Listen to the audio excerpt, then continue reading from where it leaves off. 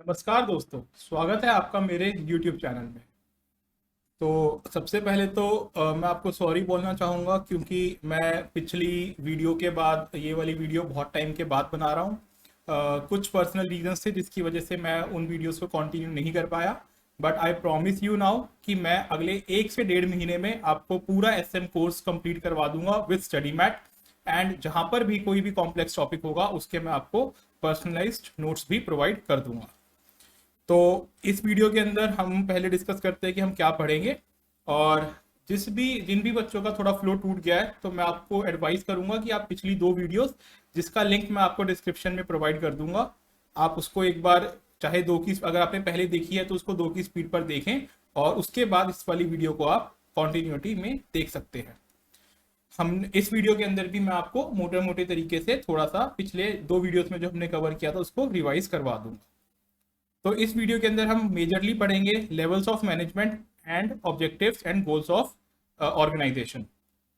तो इससे पहले हमने पढ़ा था definition of strategic management, whether strategic management is a proactive और a reactive approach, advantages of strategic management, limitations of SM and vision and mission of an organisation.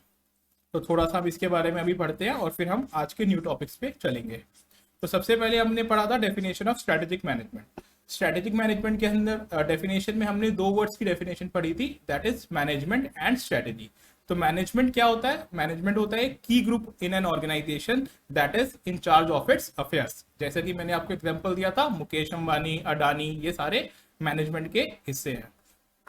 फिर हमने स्ट्रैटेजी का कॉन्सेप्ट पढ़ा था। स्ट्रैटेजी क्या होती है? स्ट्रैटेजी होती है वे जिससे कि एन ऑर्गेनाइजेशन जो है वो रिस्पॉन्ड करती है डायनेमिक और हॉस्टाइल एनवायरनमेंट के रिगार्डिंग। मैंने आपसे बोला था कि definition of management and strategy इतनी इंपॉर्टेंट नहीं है, स्ट्रैटेजिक मैनेजमेंट की डेफिनेशन इंपॉर्टेंट है जो कि स्टडी मैट के अंदर आगे दी हुई है, आपको एग्जाम में वही लिखनी है। आपको जो भी मैंने रेड से मार्क करवाया हुआ है इस बुक के अंदर, आपको वही एग्जाम के परस्पेक्टिव से पढ़ना है। बाकी सब हम इसलिए पढ़ रहे हैं क्योंकि हमें एक कॉन्सेप्ट को याद रखने के लिए उसको समझना बहुत जरूरी है। तो बाकी सब जो है अंडरस्टैंडिंग के लिए इंपॉर्टेंट है, बट जो भी मैंने रेड से मार्क करवाया है या मैंने आपको बताया कि एग्जाम के लिए इंपॉर्टेंट है, आपको लास्ट ईयर में सिर्फ उसी को ही रिवाइज करना है। फॉर एग्जाम्पल ये यहाँ पे मैंने लिख दिया very important, whether strategy is proactive और रिएक्टिव। तो हमने इसको अच्छे से डिटेल में पढ़ा था कि स्ट्रैटेजी प्रोएक्टिव और रिएक्टिव दोनों ही होती है। प्रोएक्टिव का मतलब होता है कि हम पहले से कुछ चीजों को पे स्ट्रैटेजी बना लेते हैं कि फ्यूचर में कुछ भी हो हम उसके लिए तैयार रहें। और रिएक्टिव होता है जैसे कि मैंने आपको कोविड का एग्जांपल दिया था कि जिसके बारे में हमें कुछ नहीं पता, एकदम से हमारे साथ हो जाए, एनवायरनमेंट चेंज हो जाए और हम उसको कैसे रिएक्ट करें, उसके लिए रिएक्टिव स्ट्रैटेजी होती है। अब हम आगे चलते हैं। आगे हमने पढ़ा था स्ट्रेटेजिक मैनेजमेंट की इंपॉर्टेंस एंड लिमिटेशंस।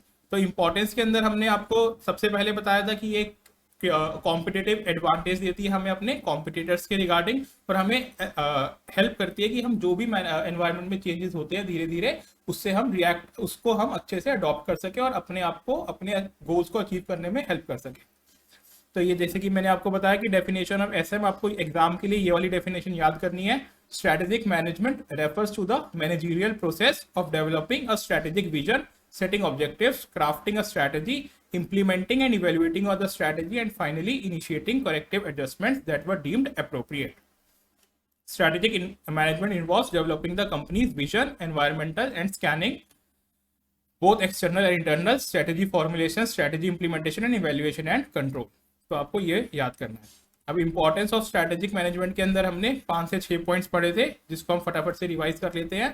तो सबसे पहले तो डायरेक्शन देता है कंपनी को, उसके गोल्स और मिशन को डिफाइन करता है, ऑर्गेनाइजेशन को प्रोएक्टिव बनाता है रेदर देन रिएक्टिव, उसको फ्रेमवर्क प्रोवाइड करता है जो भी उसको आगे जाके मेजर डिसीजंस लेने हैं उसके लिए, और उसको तैयार करता है ताकि वो अपना फ्यूचर को फेस कर सके, और हेल्प करता है उसका एक कॉर्पोरेट डिफेंस मैकेनिज्म बनाने के लिए कि कोई भी आगे जाके मिस्टेक हो, पिटफॉल्स हो, उससे हम लड़ सके। तो ये आपको एक शॉर्ट में दिया हुआ है ICI ने, सारे इंपॉर्टेंस के शॉर्ट फॉर्म। आपको एटलीस्ट इतना तो याद करना ही है, बाकी आप उसको एक्सप्लेन अपनी लैंग्वेज में भी कर सकते हैं।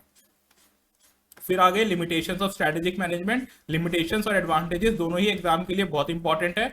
तो मेनली लिमिटेशंस 4 थी, कॉम्प्लेक्स और टर्बुलेंट एनवायरनमेंट होती है तो हमें स्ट्रेटेजी बनाने में बहुत डिफिकल्टी होती है। Plus it is a time consuming process. Strategy बनाना कोई आसान काम नहीं है, बहुत टाइम लगता है इसको बनाने में। Plus it is a costly process, क्योंकि इसके अंदर बहुत सारे जो बड़ी मैनेजमेंट टीम है वो बैठती है, बार बार मीटिंग करती है, और उनकी कॉस्ट बहुत होती है इसको बनाने के लिए। Plus it is difficult to estimate competitors response. Plus आपका कॉम्पिटिटर कल क्या कर दे, फॉर एग्जाम्पल जैसे मैंने आपको बताया था कि एयरटेल ने तो अपनी 1 साल 2 साल की स्ट्रेटेजी बना रखी होगी, प्लस एक बट एकदम से जियो का आ जाना और जियो का इतनी एग्रेसिवली मार्केटिंग करना और मार्केट को कैप्चर करना, उसको समझ ही नहीं आया होगा कि मैं अब मार्केट को कैसे टैकल करूं। तो ये काफी डिफिकल्ट होता है कॉम्पिटिटर के रिस्पॉन्स को जानना। तो एडवांटेजेस और लिमिटेशन दोनों ही बहुत इंपॉर्टेंट है एग्जाम परस्पेक्टिव से।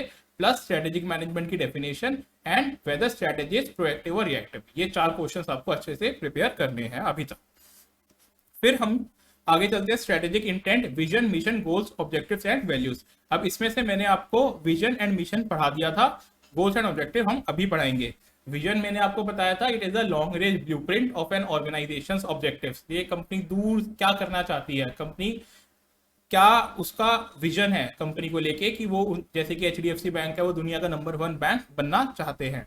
मिशन होता है कि कंपनी अभी क्या कर रही है, इन प्रेजेंट कंपनी क्या कर रही है। जैसे कि एचडीएफसी बैंक बोलता है कि हम वर्ल्ड क्लास फैसिलिटीज देते हैं अपने कस्टमर्स को, तो ये अभी वो प्रेजेंट में कर रही है। तो विजन और मिशन मैंने आपको डिटेल में पढ़ाया था उस वीडियो में, आप इसकी डेफिनेशन प्लीज अच्छे से याद कर लेना क्योंकि एग्जाम में आ सकती है।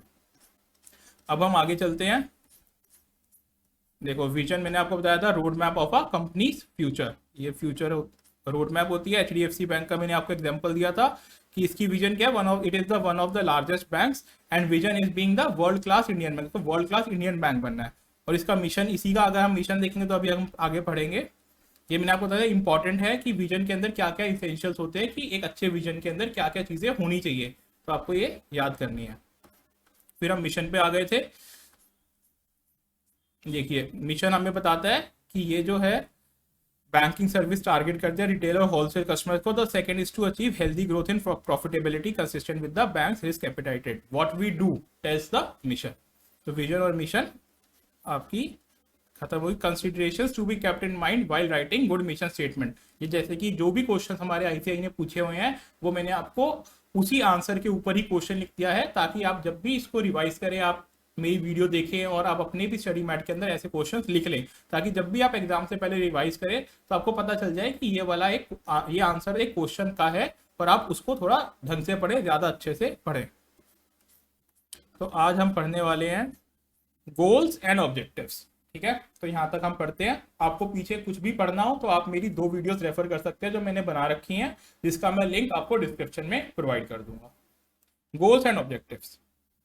तो business organization translates their vision and mission into goals and objectives. तो यार पहले तो एक चीज समझो, गोल्स एंड ऑब्जेक्टिव्स कुछ अलग नहीं है, they are just a short और maybe they are just a different word for vision and mission only.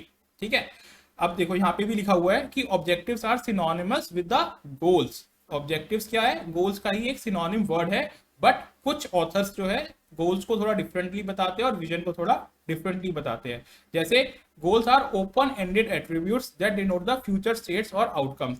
हमने विजन में भी पढ़ा था कि हमारी विजन हमें फ्यूचर में बताती है कि हमें क्या बनना है।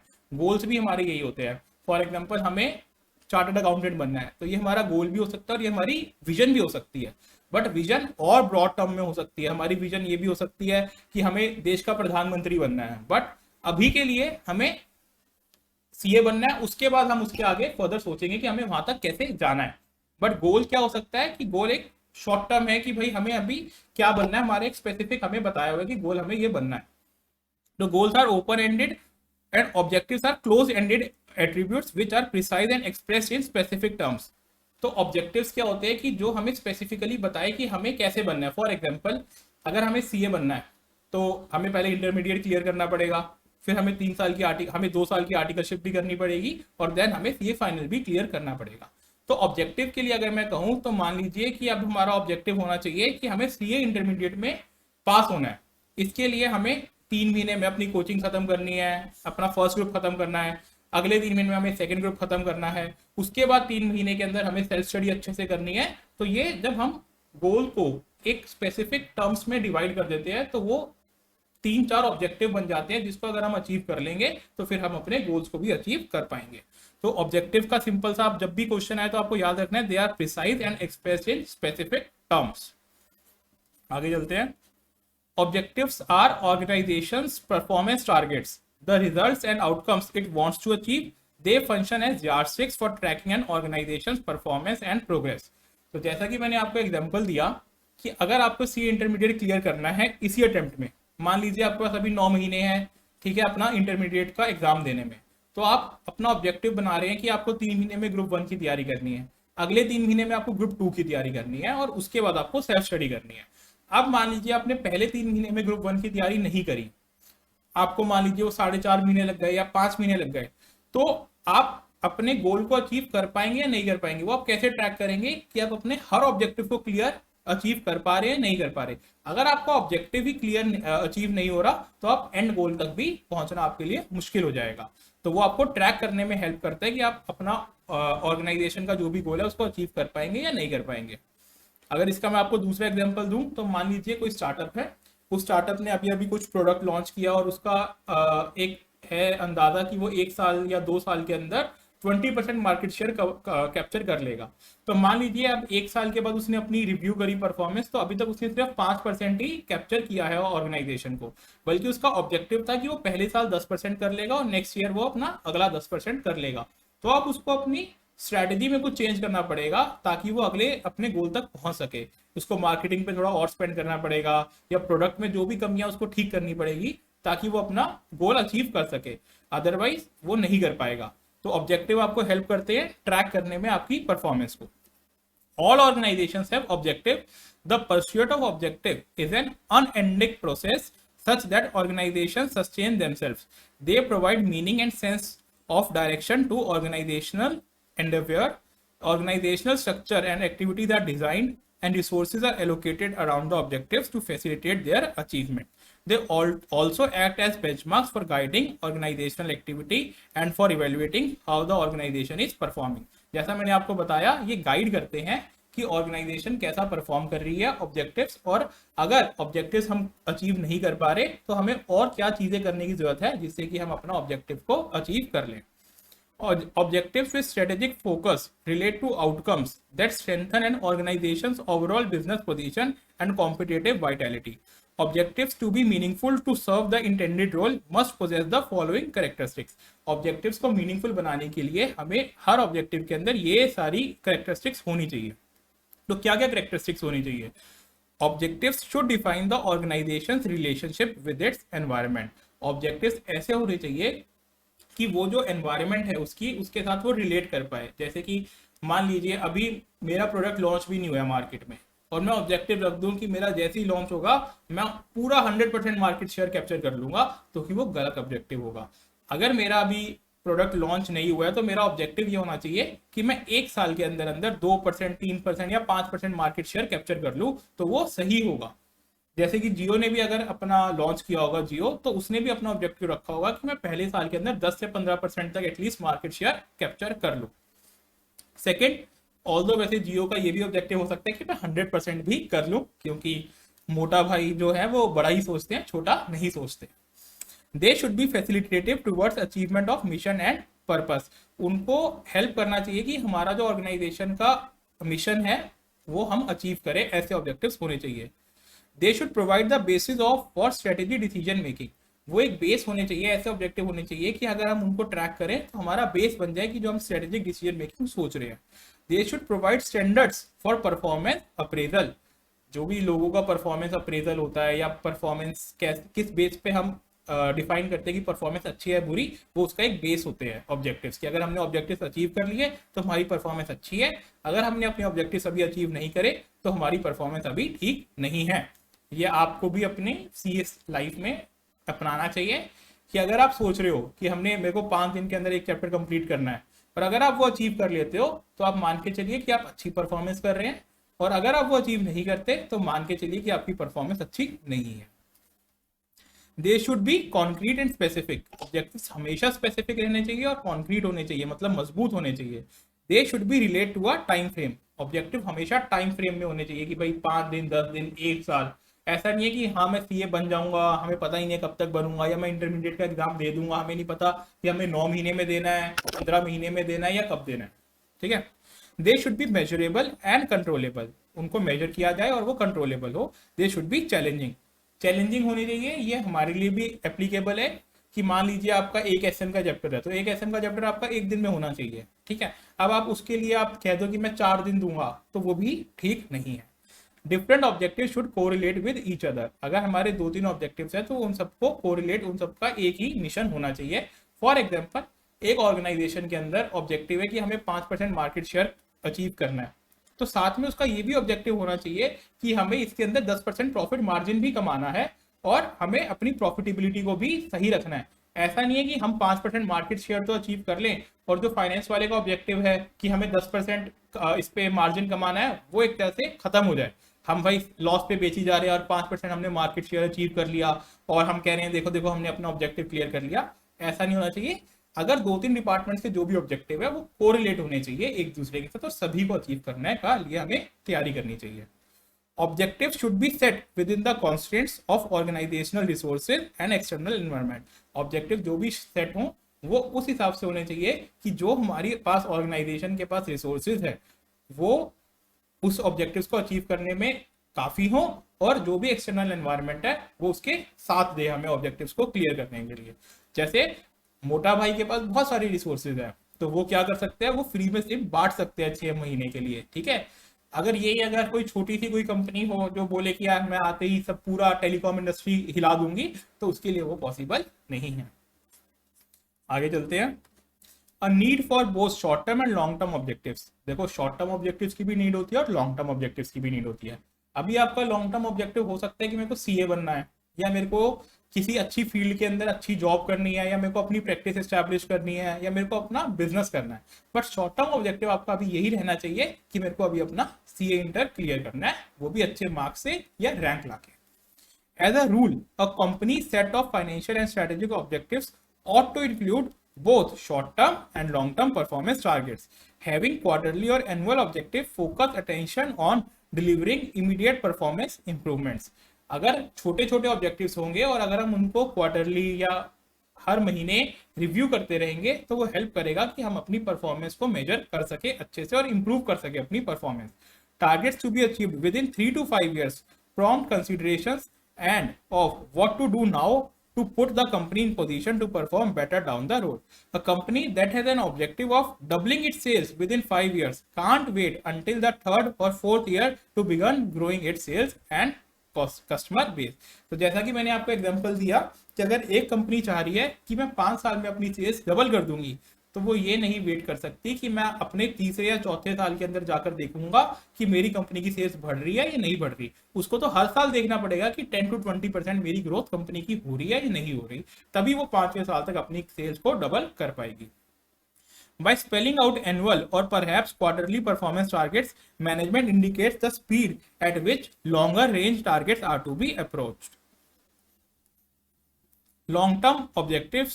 To achieve long-term prosperity, strategy planners commonly establish long-term objectives in 7 areas. तो यार देखो ये ना थोड़ा सा इंपॉर्टेंट है, क्योंकि आपसे ये क्वेश्चन एमसीक्यू में भी पूछा जा सकता है और वैसे भी आपसे पूछा जा सकता है कि लॉन्ग टर्म ऑब्जेक्टिव्स किन एरियाज के ध्यान रखते हुए हमें बनाने चाहिए। तो इसके लिए मैंने आपको एक तरीका मैं आपको बताता हूँ कि आपको कैसे याद कर सकते हो। तो सबसे पहले तो आप ये समझो कि कंपनी कब चलेगी। कंपनी चलेगी जब उसके पास प्रॉफिट्स होंगे, बिना प्रॉफिट के तो देखो कोई कंपनी ज्यादा टाइम तक चल नहीं सकती। तो सबसे पहले आपको याद रखना है कि जो हमारा लॉन्ग टर्म ऑब्जेक्टिव होना चाहिए उसके अंदर हमें प्रॉफिटेबिलिटी को ध्यान रखना ही चाहिए। अब प्रॉफिटेबिलिटी कब होगी? प्रॉफिटेबिलिटी आपकी तब होगी जब कंपनी में प्रोडक्शन होगी। प्रोडक्शन, अगर कोई मैन्युफैक्चरिंग कंपनी है तो प्रोडक्शन कह लो, सर्विस इंडस्ट्री है तो मे बी आप सर्विसेज जब दोगे, तो जब कंपनी के अंदर प्रोडक्टिविटी होगी तभी तो प्रॉफिटेबिलिटी होगी। तो प्रोडक्टिविटी भी उस एरिया का पार्ट होना चाहिए। अब प्रॉफिटेबिलिटी हो गई और प्रोडक्टिविटी हो गई, बट इससे काम नहीं चलेगा। अब आपको जो कॉम्पिटेटिव पोजीशन है, अगर ये दोनों आपकी अच्छी चल रही है तो आपकी मार्केट में कॉम्पिटेटिव एज क्रिएट हो जाना चाहिए अपने कॉम्पिटिटर से। तो आपको कॉम्पिटेटिव पोजीशन भी अपने आप को क्रिएट करनी है। और जब आप ये तीनों चीजें कर लेंगे तो अब आप सोचोगे कि आपका एम्प्लॉय आपको छोड़ के ना जाए किसी और कॉम्पिटिटर के पास। अगर वो चला गया तो जो बाकी तीनों चीजें आपने ऊपर करी है वो हो सकता है आने वाले टाइम में अफेक्ट हो, तो इसलिए अब आपको एम्प्लॉय डेवलपमेंट के लिए काम करना और एम्प्लॉय के साथ अच्छे रिलेशंस बनाने हैं।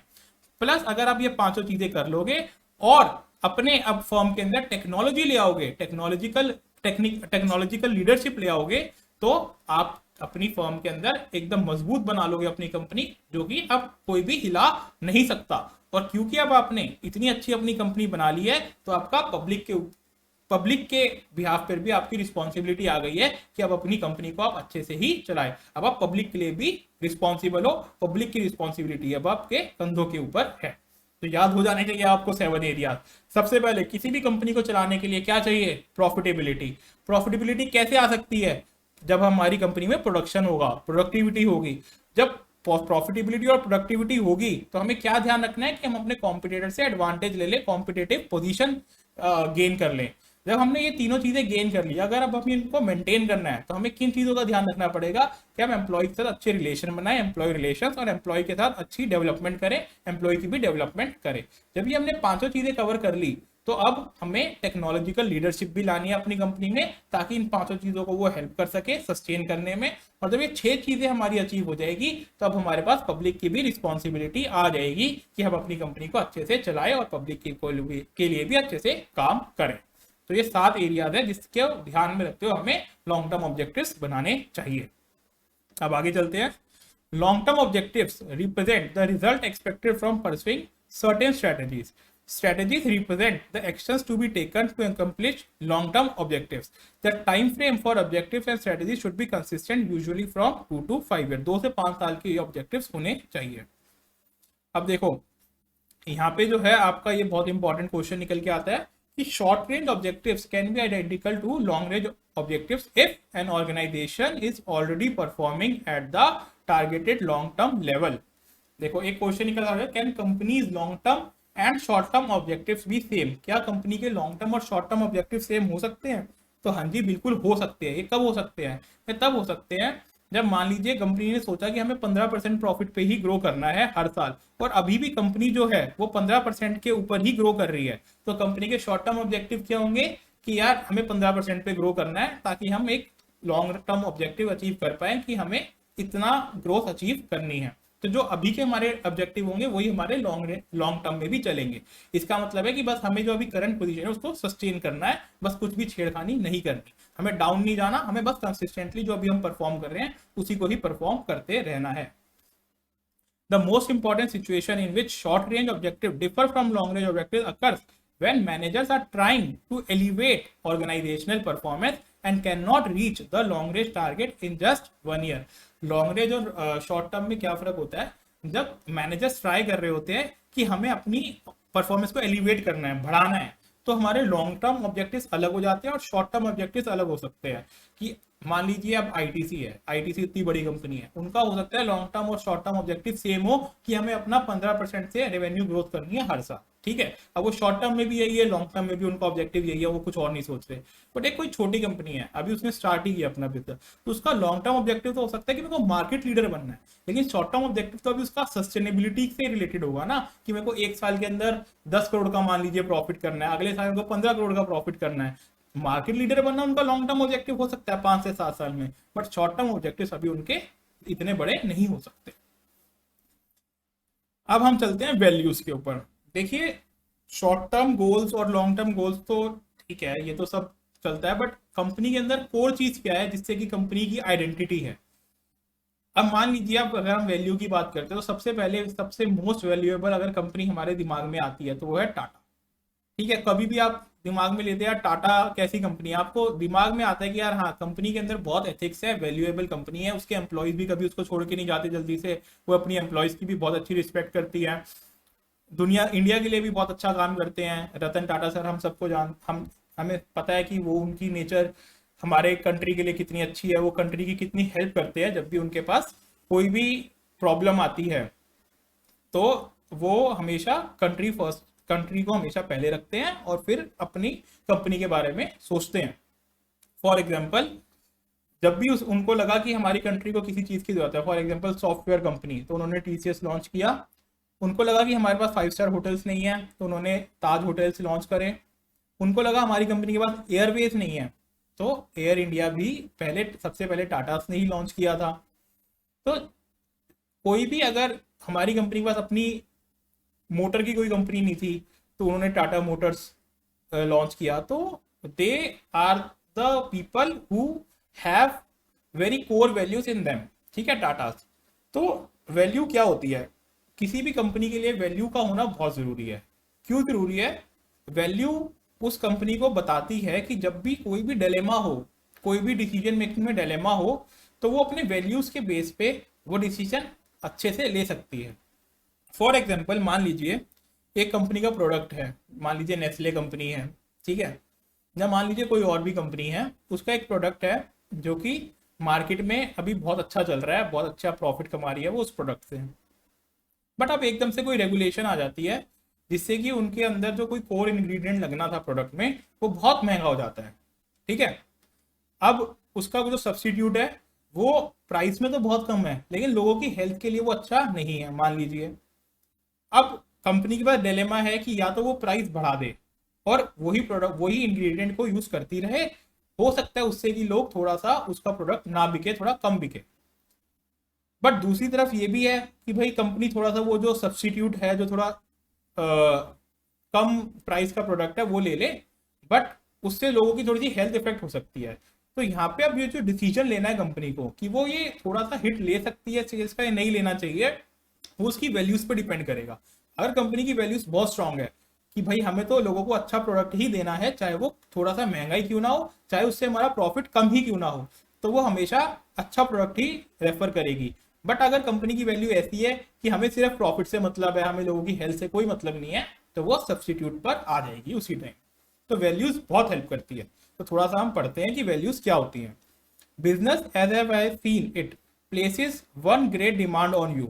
बिजनेस एक डिमांड करता है तुम्हारे से कि it needs you to self impose a framework of ethics, values, fairness and objectivity on your self at all times. हमेशा आपको, एक बिजनेसमैन को हमेशा एक एथिक्स, वैल्यूज, फेयरनेस और ऑब्जेक्टिविटी होनी चाहिए खुद के ऊपर जब भी वो धंधा कर रहा है। ये रतन टाटा जी ने कहा था और सोर्स है उनकी website. A few common examples of values are integrity, trust, accountability, humility, innovation and diversity. But why are values so important? अब भाई बताओ values क्यों important है?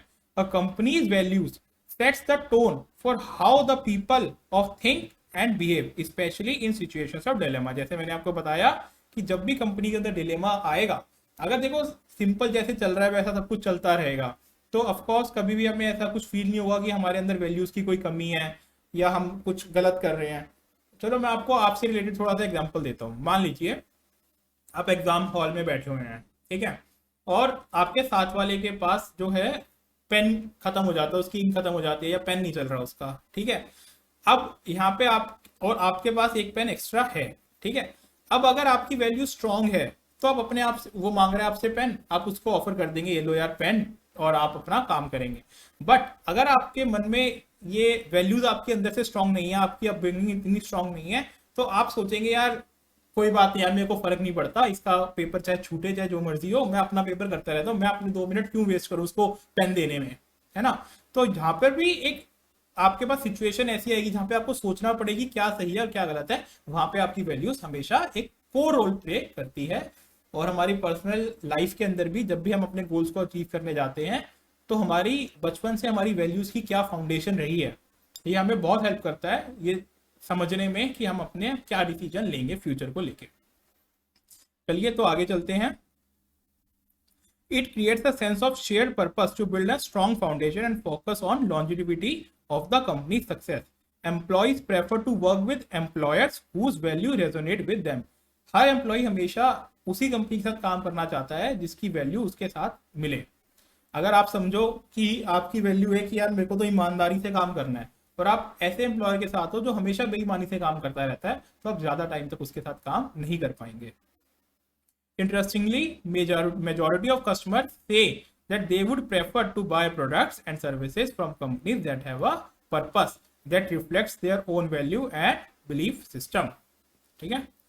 For reference, a lot of values were put to actions during COVID-19 pandemic when leaders of the organization put people before everything else. It projected how deep the foundation of the organizations were and how important it was for them to uphold their core values. अब कई companies ने अपने employees को निकाल दिया जब Covid आया, तो उनसे उन कंपनीज का वैल्यू हमें पता चला कि क्या वैल्यू है कंपनी की। और कुछ कंपनीज ने अपने एम्प्लॉयज को निकाला नहीं, बल्कि चाहे जितना मर्जी उनका लॉस हुआ या एम्प्लॉय काम नहीं कर पाए या कुछ नहीं किया, बट उन्होंने उनकी सैलरीज उनको प्रोवाइड करी, तो ये उसकी वैल्यूज का पता चलता है। प्लस कई कंपनीज ने अगर किसी के घर में कोई मिस हैपनिंग हुई तो उसको पैसे भी दिए अपनी, जैसे टाटा हैं, उन्होंने हर जिस भी उनकी कंपनी का एम्प्लॉय अगर कुछ उसके साथ हो गया तो उन्होंने उसकी फैमिली का टेक केयर किया, उसको पैसे भी दिए, उसके बच्चों को एजुकेशन भी प्रोवाइड करवाने के लिए काफी उन्होंने अपना फंड भी बनाया। चलिए अब आगे चलते हैं। तो वैल्यूज ऑफ HDFC बैंक हम पढ़ते हैं।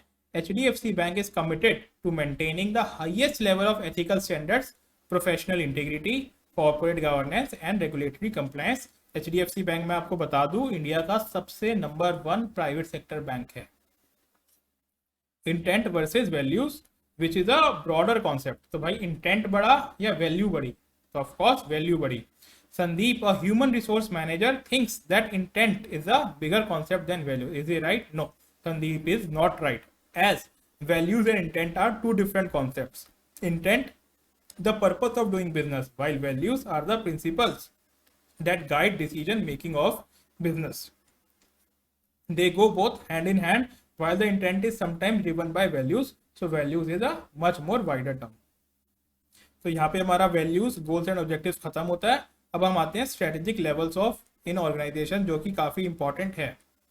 देखो मैं कहूंगा आपसे कि गोल्स एंड ऑब्जेक्टिव्स इतना इंपॉर्टेंट नहीं है एग्जाम के लिए। जो मैंने आपको बताया है कि एरियाज से क्वेश्चन आ सकता है, ठीक है, वो आ सकता है। बाकी स्ट्रेटेजिक बाकी values, intent, goals and objective थोड़ा सा कम इंपॉर्टेंट है।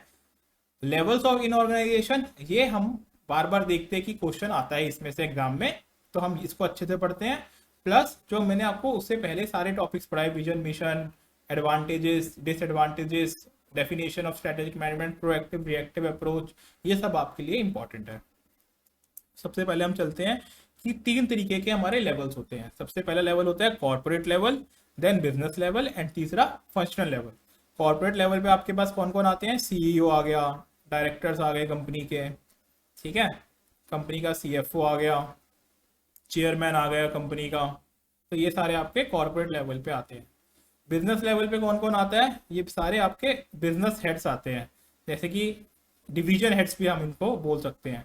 फॉर एग्जांपल आपका फाइनेंस हेड कोई है, ठीक है, बल्कि मैं आपको फाइनेंस हेड नहीं बोलूंगा, मान लीजिए आप ITC है, ITC के अंदर आपके पास 3-4 कंपनियां हैं, वो होटल भी मैनेज करती है, वो आपके सिगरेट का भी उनका बिजनेस है, टोबैको बिजनेस भी है उनका पेपर का बिजनेस भी है, उनके पास क्लासमेट के रजिस्टर्स भी आते हैं, ठीक है, उनका नमकीन का और फूड एंड बेवरेजेस का भी बिजनेस है। तो जो इन डिविजन्स को, अलग अलग डिविजन्स को भी हेड करते हैं, वो आ गए आपके बिजनेस लेवल। और कॉर्पोरेट लेवल हो गए जो कि संजीव जी हैं, जो कि आपके ITC के हेड हैं, CEO है, जो कि इन सभी फंक्शंस को मैनेज करते हैं, जिनको जो डिफरेंट बिजनेसेस के हेड है वो रिपोर्ट जिनको करेंगे वो हो गए आपके कॉर्पोरेट लेवल, ठीक है। अगर मैं आपको इसको और तरीके से बताऊं तो जैसे रिलायंस है, रिलायंस के 3 से 4 ऑपरेशंस है, वो जियो भी है उनके पास एक, जिसके अंदर वो टेलीकॉम को पूरा कवर करते हैं। एक उनके पास रिलायंस रिटेल है, जिसके अंदर वो अपनी पूरा रिटेल सेगमेंट चलाते हैं, ठीक है। एक उनके पास जो है डिफरेंट बिजनेस है, अजियो का मान लीजिए ऑनलाइन बिजनेस है, जियो मार्ट और अजियो, जिसके अंदर वो पूरा ऑनलाइन मार्केट प्लेस देखते हैं, ठीक है। एक अब वो अपना ला रहे हैं कि ग्रीन एनर्जी का उनका सेगमेंट है, जिसके अंदर वो पूरा ग्रीन एनर्जी को देखेंगे।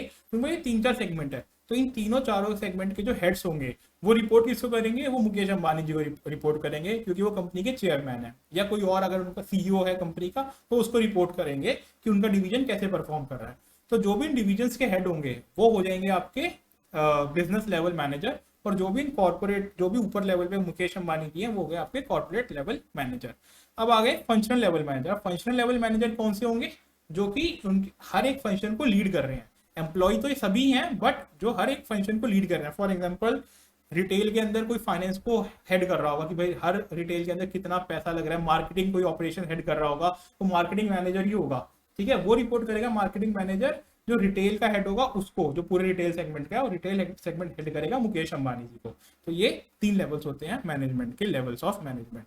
General managers are found at the first 2 level of these level, but their strategic roles differ depending on their sphere of responsibility. देखिए यहाँ पे कॉर्पोरेट लेवल में कौन आ गए, CEO, other senior executive, board of directors and corporate staff. ठीक है। Business level में क्या आ गया, जैसे हेड ऑफिस मैंने बताया आपको, division A, division B, division C. ठीक है। अब डिवीजन ए में क्या हो गया, मान लीजिए अगर रिलायंस है तो यहाँ पे ये रिटेल डिवीजन हो गया, ये टेलीकॉम डिवीजन हो गया आपका, ये आपका ग्रीन एनर्जी हो गया। ठीक है। तो ये 3 डिवीजन हो गए, ये आपके हेड ऑफिस में बैठे हैं मोटा भाई। ठीक है। तो अब ये इसके जो हेड होंगे वो रिपोर्ट करेंगे मुकेश अंबानी को, ये भी रिपोर्ट करेंगे, ये भी रिपोर्ट करेंगे। तो ये आपके हो गए कॉर्पोरेट लेवल, ये हो गए आपके बिजनेस लेवल। अब इसके अंदर क्या होगा, इसमें फाइनेंस भी होगा, इसमें मार्केटिंग भी होगी, इसमें आपका प्रोडक्शन भी होगा, इसमें आपका एचआर भी होगा। तो इन सब के जो मैनेजर होंगे डिवीजन ए के अंदर, मान लीजिए ये चारों हैं। ठीक है। तो ये जो चारों मैनेजर हैं ये आपको रिपोर्ट करेंगे डिवीजन ए के मैनेजर को। ठीक है। तो ये हो गए आपके फंक्शनल लेवल मैनेजर्स। आगे चढ़ते हैं। तो यहाँ पे सबसे पहले हम पढ़ते हैं कि the corporate level of management consist of, सबसे पहले हम पढ़ रहे हैं कॉर्पोरेट लेवल मैनेजमेंट में कौन कौन से बंदे होते हैं, उनका क्या रोल होता है। काफी इंपॉर्टेंट है एग्जाम के लिए। मैंने आपको 1, 2, 3 के अंदर ये डिफाइन कर दिया है कि क्या क्या उनके फंक्शंस हैं, तो हम उनको ऐसे ही याद भी करेंगे। The corporate level of management consist of the chief executive officer, other senior executives and board of directors and corporate staff. These individuals participate in strategic decision making within the organization. The role of corporate level managers is to oversee the development of strategies for the whole organization. ये check करते हैं कि भाई पूरी organisation में development हो रही है स्ट्रेटेजीज की या नहीं हो रही।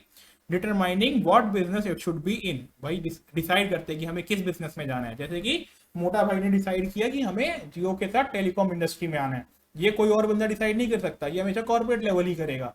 ऐसा नहीं है कि भाई मैं आज टोबैको को हेड कर रहा हूँ आईटीसी के, और आज मैं बोलूँ नहीं नहीं भाई आज हम ना कुछ और बिजनेस में भी जाते हैं, नहीं। वो काम है आपके ऊपर सीईओ लेवल के जो बंदे हैं, जो पूरी ऑर्गेनाइजेशन के हर डिपार्टमेंट को देख रहे हैं कि यार इस डिवीजन में हमें प्रॉफिट नहीं हो रहा, या आगे जो मार्केट है वो इस डिवीजन की तरफ जा रही है, तो हमें ये डिवीजन में भी घुसना चाहिए, वो काम करते हैं। ठीक है। तो थर्ड हो गया आपका determining what business it should be in, allocating resources among different businesses. तो मुकेश भाई बैठ के डिसाइड करते हैं कि हमें जियो के धंधे को आगे बढ़ाना है, हमें रिटेल के धंधे को आगे बढ़ाना है, या ग्रीन एनर्जी के धंधे को आगे बढ़ाना है। ठीक है। Formulating and implementing strategies that span individual businesses and provide leadership for the organization as a whole. और पूरी ऑर्गेनाइजेशन को एक लीडरशिप भी प्रोवाइड करते हैं corporate level manager.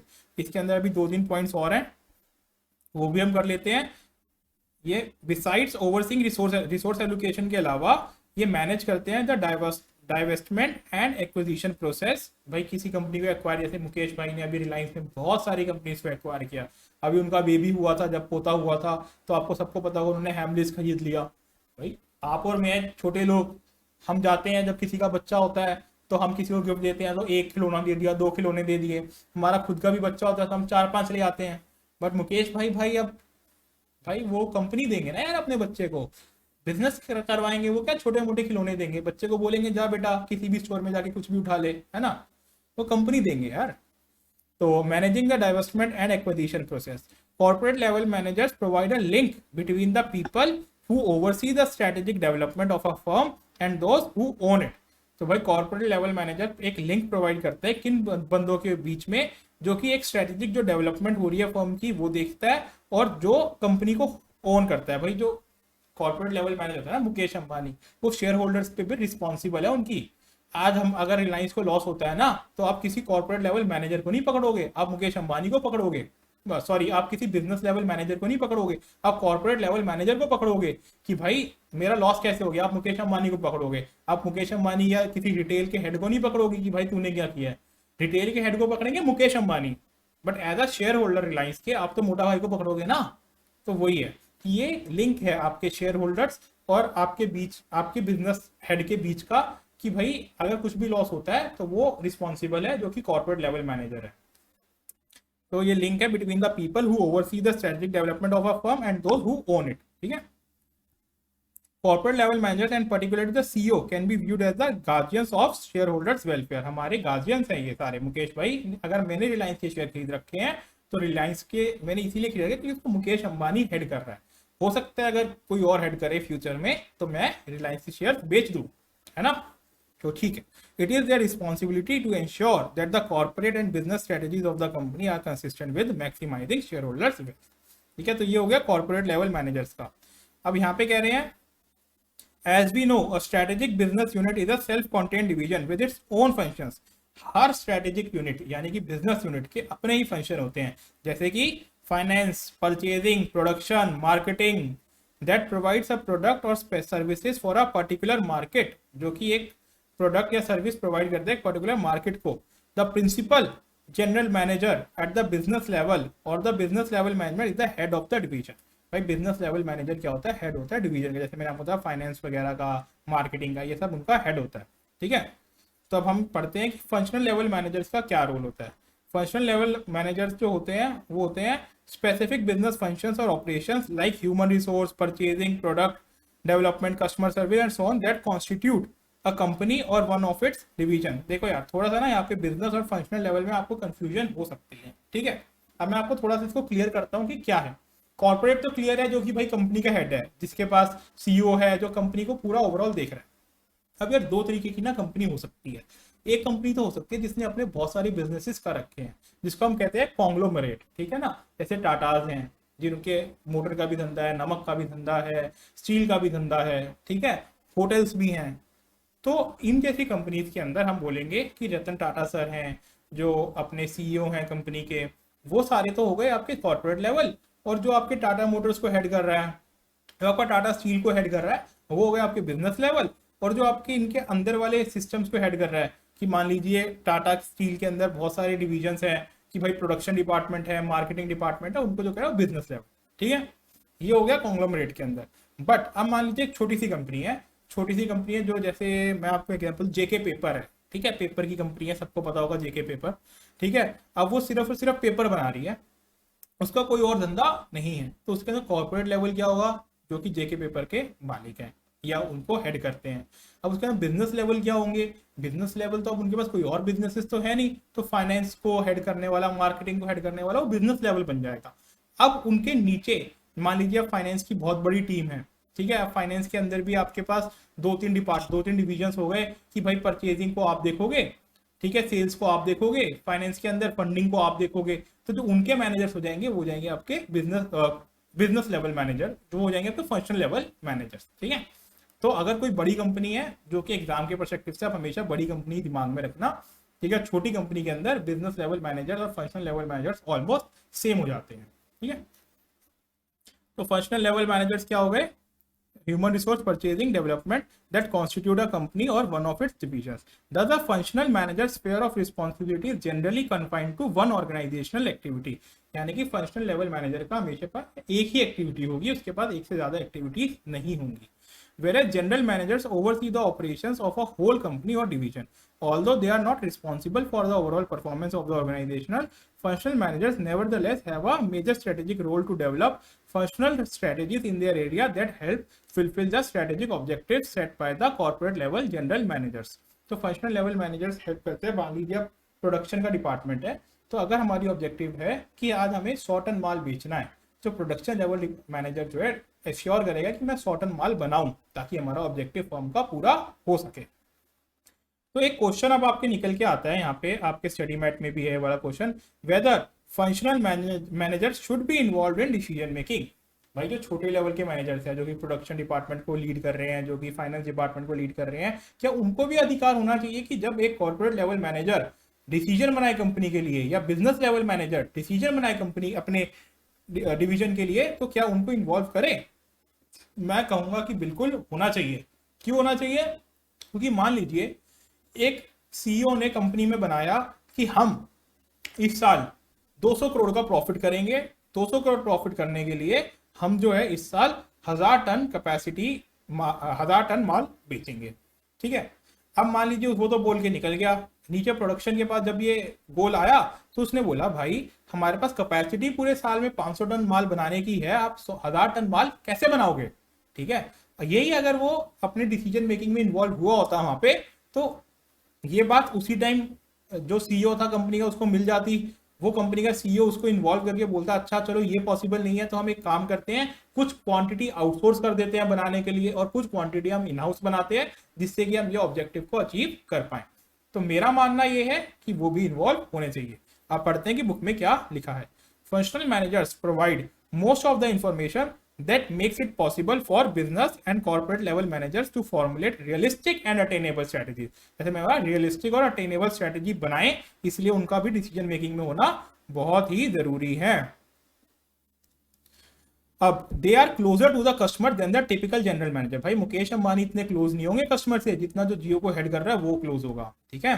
That is functional manager themselves may operate important ideas that, और जो जियो को हेड कर रहा है उससे भी ज्यादा जो कस्टमर से क्लोज होगा वो होगा जो मार्केटिंग टीम को हेड कर रहा है या जो प्रोडक्शन टीम को हेड कर रहा है, ठीक है। That subsequently may become major strategies of for the company. Thus, it is important for general managers to listen closely to the ideas of their functional managers. An equally great responsibility for managers at the operational level is strategy implementation, the execution of corporate and business level plans. तो ये हमने पढ़ लिया, हमारा ऊपर थोड़ा सा business level managers रह गया था, तो ये एक एग्जांपल हम पढ़ते हैं जिससे कि हमें और अच्छे से समझ आए। Ahmedabad headquartered Adani Group is an Indian multinational conglomerate active in a wide range of business including mining, operating ports and airports, power generation and transmission and cement। जो लोग शेयर मार्केट में इंटरेस्ट रखते हैं उनको पता होगा कि अडानी जी का कितना बड़ा नाम है और अडानी जी के शेयर्स ने पिछले 3 से 4 साल में कितना बम्पर प्रॉफिट दिया है। और अडानी जी के जो शेयर्स हैं वो सभी इंडस्ट्रीज में हैं, वो आपके सीमेंट में भी है, एसीसी में अडानी जी का शेयर है, वो अडानी ट्रांसमिशन के नाम से भी उनका शेयर है, अडानी पावर के नाम से भी उनका शेयर है, अडानी पोर्ट्स के नाम से भी उनका शेयर है ना। तो ये सारे उनके शेयर्स हैं। The main strategic responsibilities of its group chairman Mr. Gautam Adani are setting overall strategic objectives, allocating resources among the different business। तो अडानी जी का जो गौतम अडानी है जो कंपनी के चेयरमैन है, उनका काम ये है कि वो डिसाइड करें कि हमें इस साल पावर में कितना स्पेंड करना है, हमें ट्रांसमिशन में कितना स्पेंड करना है, हमें अडानी पोर्ट्स के बिजनेस में कितना स्पेंड करना है और हमें किस बिजनेस को ग्रो कितना करना है, ठीक है। और हमें कुछ और भी नए बिजनेसेस एक्वायर करने चाहिए या नहीं करने चाहिए।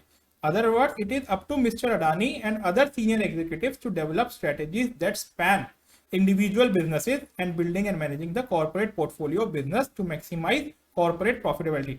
However, it is not their specific responsibility to develop strategies for competing in the individual business areas such as financial services. The development of such strategies is the responsibilities of those in charge the businesses। अब अडानी जी भाई मान लो बोल के चले गए कि यार हम तो इस बार पावर बिजनेस में तोड़ मचाएंगे, एकदम मस्त प्रॉफिट कमाएंगे, जो पिछला आएगा उसे डबल प्रॉफिट कर देंगे। अब अडानी जी बोल दिया, अब अडानी जी के अंदर अडानी जी ने भी ये कुछ सोच समझ के बोला होगा कि मार्केट में इस वक्त पावर में इमेंस अपॉर्चुनिटी है, ग्रीन एनर्जी आ रही है, ठीक है, लोग बहुत ज्यादा जो है प्रोडक्शन हाउसेस प्रोडक्शन फैक्ट्रीज खोल रहे हैं, तो उन्होंने भी कुछ सोच समझ के बात बोली होगी हमें अडानी पावर का प्रॉफिट डबल करना है।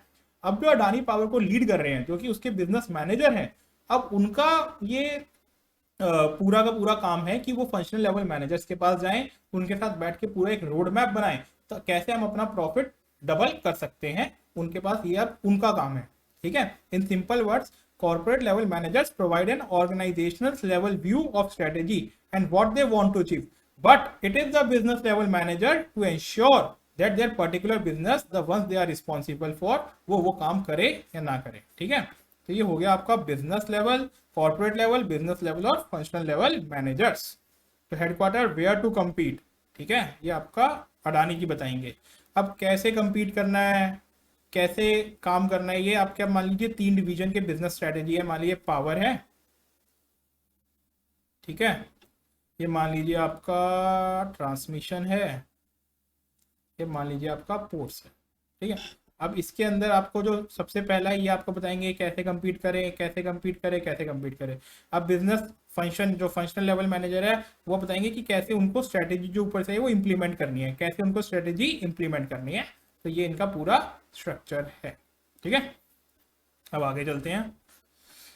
Network of relationship between 3 levels. भाई अब हर ऑर्गेनाइजेशन के अंदर ये 3 लेवल तो हैं, ठीक है। मैंने आपको बता दिया, कॉन्ग्लोमरेट है, बड़ी ऑर्गेनाइजेशन है, तो अडानी सर ट्रांसमिशन पावर को जो हेड कर रहा है वो बिजनेस, वो आपके बिजनेस लेवल, और जो फाइनेंस और सबके इन डिपार्टमेंट के फाइनेंस मार्केटिंग को हेड कर रहा है वो फंक्शनल लेवल, ठीक है। और छोटी ऑर्गेनाइजेशन है तो मान के चलिए कि कॉर्पोरेट लेवल तो अलग है ही, बिजनेस और फंक्शनल लेवल में ज्यादा डिफरेंस नहीं होता। आप ये कह सकते हैं कि हाँ भाई एक कॉर्पोरेट लेवल होगा, फिर चाहे बिजनेस सेम ही है बट 2-3 वो उसके अंदर बिजनेस लेवल मैनेजर बना देंगे कि भाई मान लीजिए 3 फैक्ट्रियां हैं तो हर फैक्ट्री का जो हेड हो गया वो बिजनेस लेवल हो गया, और हर फैक्ट्री का जो फाइनेंस और मार्केटिंग वगैरह वो कर रहा है, उसको हेड कर रहा है, वो फंक्शनल लेवल मैनेजर हो गया, ठीक है। बट आईसीए हमेशा बड़ी कंपनी के हिसाब से ही आपसे क्वेश्चन पूछेगा। तो अब इन तीनों जो लेवल के मैनेजर्स होते हैं उनका आपसरी में कैसे हम कॉम्बिनेशन बनाए, वो आपसरी में कैसे बातचीत करें, क्या फ्लो हो, वो हमें बताते हैं कि उनका रिलेशनशिप कैसा रहना चाहिए, उनका नेटवर्क ऑफ रिलेशनशिप कैसा रहना चाहिए। उसके लिए हमें 3 तरीके का नेटवर्क हमें बताया गया है जिसको हम अब पढ़ते हैं। Functional and divisional relationship, it is an independent relationship where each function or a division is run independently, headed by the function या division head who is a business level manager reporting directly to the business head who is a corporate level manager। अब जैसा मैंने आपको बताया छोटी company के अंदर होता है, ठीक है। ये इसके अंदर क्या है कि मान लीजिए एक बिजनेस है जिसके अंदर 2-3 तरीके की फैक्ट्रीज हैं, ठीक है, 3 फैक्ट्रियां हैं। तो भाई अब कॉर्पोरेट लेवल वाला बंदा बैठा हुआ है, एक फैक्ट्री का ओनर है, वो डायरेक्टली उसको रिपोर्ट कर रहा है कॉर्पोरेट लेवल को, उसके बीच में कोई लेयर नहीं है, ठीक है। वो फंक्शंस भी सारे संभाल रहा है कंपनी के, और वो अपने उसको भी रिपोर्ट कर रहा है कि मेरी फैक्ट्री में देखो कितना अच्छा बिजनेस हो रहा है या मेरी फैक्ट्री में कितना लॉस हो रहा है, ठीक है। तो ये इंडिपेंडेंट है दोनों आपस में। ये वाला जो फैक्ट्री का मालिक है ये साथ वाले फैक्ट्री के मालिक से नहीं बात कर रहा कि भाई तेरी फैक्ट्री में क्या हो रहा है नहीं हो रहा, उसको कोई मतलब नहीं है। उसका अपना इंडिपेंडेंट उसको काम दे दिया गया है और उसको वो काम करके अपने ऊपर वाले मालिक को बताना है कि भाई क्या हमारी कंडीशन है, ठीक है। तो ये इंडिपेंडेंट रिलेशनशिप है जो कि हर एक फंक्शन या डिवीजन इंडिपेंडेंटली रन कर रहा है डिवीजन मैनेजर, और वो बता रहा है अपने कॉर्पोरेट लेवल मैनेजर को। Functions may be like finance, human resource, marketing etcetera, while divisions may depend on the products like toy manufacturer, kids toys, teenager toys etc could be division, ठीक है। अब मान लीजिए कोई टॉय बना रहा है या मान लीजिए कोई कपड़े बना रहा है, भाई 0 से 6 साल तक के जो कपड़े बना रहा है उसका एक मैनेजर बना दिया, 6 से 12 साल के जो कपड़े बना रहा है उसका दूसरा बना दिया, 12 से 18 साल के जो बना रहा है उसका तीसरा बना दिया। अब ये तीनों मैनेजर जो पूरी कंपनी का ओनर है या सीईओ है उसको रिपोर्ट करेंगे कि मेरे 0 से 6 वाले जो सेगमेंट है उसमें क्या चल रहा है, ठीक है। ये हो गया फंक्शनल और divisional relationship, functional and divisional relationship. अब हॉरिजॉन्टल रिलेशनशिप क्या है? All positions from top management to staff level employees are in the same hierarchical position, it is a flat structure, everyone is considered at the same level. आपने कहीं पे देखा है कि मुकेश अंबानी जी भी और जो एक नीचे छोटा मोटा फंक्शनल मैनेजर होगा वो भी उसी नीचे साथ बैठ के वो डिसीजन ले रहा है, ठीक है। मान लीजिए आपका कोई फाइनेंस का मैनेजर है और मुकेश अंबानी जी बैठ के डिसीजन ले रहे हैं, ऐसा कभी नहीं होगा किसी भी बड़ी ऑर्गेनाइजेशन में, क्योंकि पॉसिबल ही नहीं है। आपका फाइनेंशियल जो मैनेजर होंगे वो इतने सारे होंगे कि आप एक साथ बैठ के वो डिसीजन ले ही नहीं सकते बड़ी कंपनी में। बट अब यही मैं आपको एग्जांपल देता हूँ, एक छोटा सा स्टार्टअप है जिसके अंदर टोटल लोग ही 10 से 12 है, ठीक है। अब जब टोटल लोग ही 10 से 12 हैं तो आप क्या ही फंक्शनल लेवल मैनेजर करोगे और क्या ही बिजनेस लेवल मैनेजर करोगे। उसमें जो कंपनी का प्रमोटर होगा वही होगा कॉर्पोरेट लेवल मैनेजर। वो कंपनी का प्रमोटर बोलेगा आ जाओ कॉन्फ्रेंस हॉल में बैठते हैं, सारे बैठते हैं, काम सब आप लोगों को करना है, स्ट्रैटेजी मेरे को पता है, मैं बोर्ड पे स्ट्रैटेजी लिख देता हूँ, आप सब बता देना कि भाई ये चीज पॉसिबल है या नहीं है। तो कोई भी छोटी ऑर्गेनाइजेशन होगी जिसके अंदर सारे डिसीजन हम मिल बांट कर ले सकते हैं तो उसके अंदर हॉरिजॉन्टल रिलेशनशिप का कॉन्सेप्ट होगा, ठीक है। इसमें क्या लिखा हुआ है? ऑल ऑर्गेनाइजेशन फ्रॉम, वो सारे एक ही पोजीशन पे बैठ जाते हैं। This leads to openness and transparency in work culture and focus more on idea sharing and innovation. This type of relationship between levels is more suitable for startups where the need to share ideas with speed is more desirable। जहाँ पे ideas जितनी जल्दी share हो एक दूसरे के उतना ज्यादा हेल्पफुल है, क्योंकि वो नई नई चीजें बार बार रोज रोज ट्राई कर रहे हैं। आज मुकेश अंबानी सर रोज रोज बैठ के डिसाइड नहीं कर रहे कि आज मेरे को पेट्रोलियम में नहीं काम करना, आज मेरे को रिटेल में काम करना है, मेरे को पेट्रोलियम बंद करना है, मेरे को रिटेल चालू करना है, ऐसा नहीं कर रहे। उनके सारे बिजनेसेस चल रहे हैं, वो कुछ नया ऐड करना है तो वो एक अलग से उनकी मीटिंग होती है। जो उनका करंट बिजनेस है वो स्टैब्लिश्ड है, बट स्टार्टअप्स के अंदर क्या होता है, अभी उनका करंट बिजनेस ही स्टैब्लिश नहीं होता, तो वो अभी बहुत सारी चीजें एक्सपेरिमेंट कर रहे होते हैं, तो उनको जल्दी फ्लो चाहिए कि भाई नीचे जो मैं बोलूँ वो जल्दी एग्जीक्यूट हो जाए, तो वो खुद ही सबको एक साथ बिठा के समझा रहे होते हैं कि हम आगे क्या करने वाले हैं। Matrix relationship. It features a grid-like structure of levels in an organization with teams formed with people for various departments that are built for temporary task-based projects. This relationship helps manage huge conglomerates with ease. It is nearly impossible to track and manage every single team independently. In matrix relationship, there are more than one business level managers for each functional level teams. It is complex for smaller organizations but extremely useful for large organizations. ये आपका example आ जाता है big four का। ठीक है, अब मान लीजिए बिग फोर के पास एक क्लाइंट आया, उस क्लाइंट ने बोला कि मेरे को ना एक कंपनी में इन्वेस्टमेंट करनी है। ठीक है, मान लीजिए एक हेल्थ केयर का बहुत बड़ा कोई मैक्स, मान लीजिए मैक्स आया बिग फोर के पास, वो बोलता है मेरे को 3-4 हॉस्पिटल्स एक्वायर करने हैं। ठीक है, और आप ना उन हॉस्पिटल्स को देख लेना कि उनकी इतनी प्रॉफिटेबिलिटी रहनी चाहिए और वो उनके जो प्रमोटर्स है उनका शेयर इतना रहना चाहिए, उनकी वैल्यूएशन इतनी रहनी चाहिए। ठीक है, अब ये उनके पास एक प्रोजेक्ट आया बिग फोर का, तो वो क्या करेंगे? जो बिग फोर का प्रोजेक्ट आया, वो डिफरेंट डिफरेंट डिपार्टमेंट से बंदे लेके आएंगे। पहले वो लेके आएंगे वैल्यूएशन डिपार्टमेंट से, एक बंदे लेके आएंगे कि भाई ड्यू डिलिजेंस डिपार्टमेंट से, एक बंदे लेके आएंगे वो बिजनेस मैनेजमेंट की डिपार्टमेंट से कि भाई जो आज मार्केट को एनालाइज कर रहे हैं कि कौन कौन सी हॉस्पिटल बिकाऊ हैं। ठीक है, फिर जो वैल्यूएशन वाला वो देखेगा कि इस कंपनी की क्या वैल्यू है जिसपे वो एक्वायर करना चाहता है। ड्यू डिलिजेंस वाला देखेगा कि जो कंपनी की प्रॉफिटेबिलिटी है वो कंपनी की सही है भी या नहीं है। तो ये आपकी जो स्ट्रक्चर है मैट्रिक्स रिलेशनशिप है तब होता है जब हमारे पास कोई कंपनी का प्रोजेक्ट आता है और हमने हर टाइप की रिसोर्सेज अपनी ऑर्गेनाइजेशन में रखी हुई है। हर टाइप के हमारे पास मैनेजर्स है, एक वैल्यूएशन टीम को लीड कर रहा है, एक ड्यू डिलिजेंस टीम को लीड कर रहा है, एक इन्वेस्टमेंट बैंकिंग टीम को लीड कर रहा है, एक ऑडिट टीम को लीड कर रहा है। तो हमें जिस भी बंदे की जरूरत पड़ती है उस प्रोजेक्ट में हम वहां से वो बंदे पिक कर लेते हैं, एक नई टीम बना लेते हैं। जब तक वो प्रोजेक्ट चलता है वो टीम काम करती है और जब वो प्रोजेक्ट डिसॉल्व हो जाता है वो अपने अपने एरियाज में वापसी काम करने लग जाते हैं। तो ये होता है बिग फोर के अंदर ज्यादातर। ठीक है, तो यहाँ पे आपका चैप्टर खत्म होता है। अब मैं आपको नेक्स्ट वीडियो के अंदर जितने भी क्वेश्चंस है वो आपको करवा दूंगा।